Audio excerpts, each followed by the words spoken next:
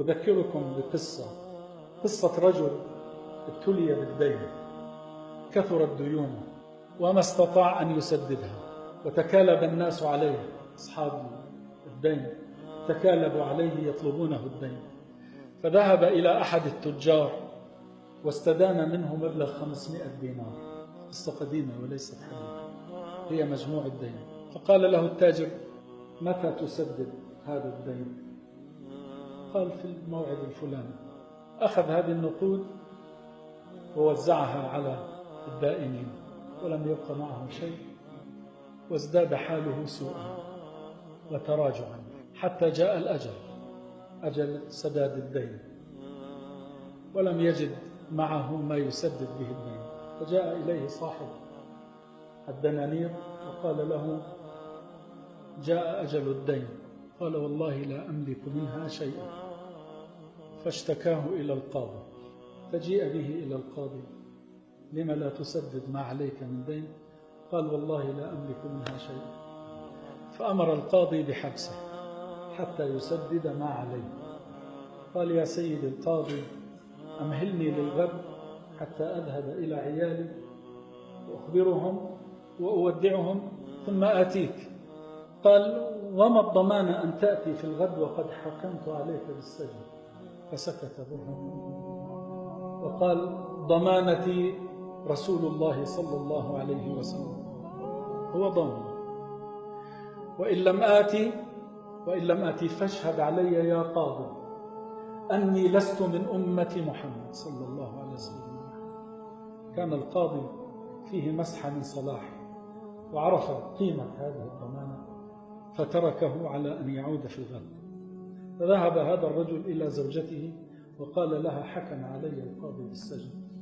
قالت: وكيف أطلقك؟ قال: أطلقت بضمانة رسول الله صلى الله عليه وسلم. قالت له: وقد ألهمها الله، طالما أن رسول الله صلى الله عليه وسلم هو ضمانتك، فتعال بنا نصلي على رسول الله. فجلسوا يصلون على رسول الله. شوفوا كيف تنفرج الكرب وتنحل العقد وهم يصلون على رسول الله. ناموا، فرأى رسول الله صلى الله عليه وسلم في المنام. قريب يا أخوان، قريب جدا، لكن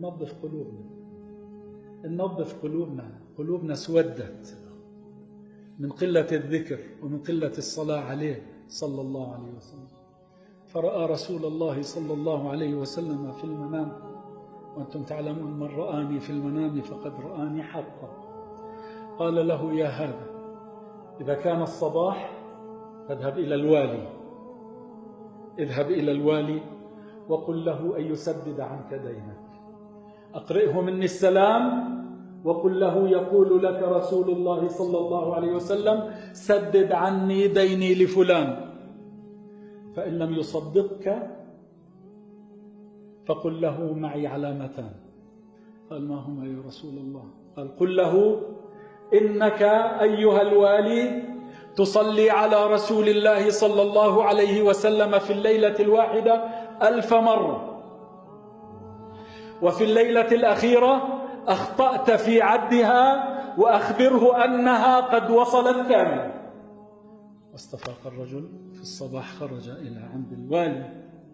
قال للوالي: رسول الله صلى الله عليه وسلم يقرئك السلام ويقول لك: سدد عني ديني.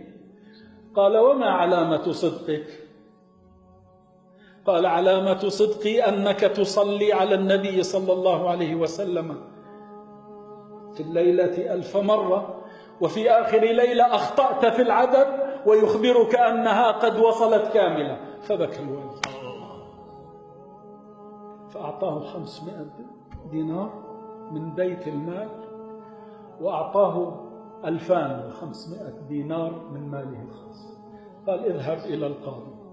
فذهب إلى القاضي ووجد القاضي يتحرك شوقا لرؤيته. قال: تعال، ببركتك رأيت رسول الله صلى الله عليه وسلم. وإذا بالقاضي يجهز 500 دينار إلى جواره ويقول: خذ هذه الأموال وسدد بها دينك، فإني رأيت رسول الله. القاضي فإني رأيت رسول الله صلى الله عليه وسلم يقول: إذا سددت عن هذا دينه وفينا عنك يوم القيامة. وإذا بالباب يطرق، وإذا بصاحب الدين يأتي يقبل الرجل ويقول: تعال ببركتك رأيت رسول الله صلى الله عليه وسلم يقول لي: إذا عفوت عن هذا عفونا عنك يوم القيامة، وهذه 500 درهم أخرى هي لك. جاء مديون 500 دينار وعاد إلى بيته ب4000 دينار ودينه قد سدد.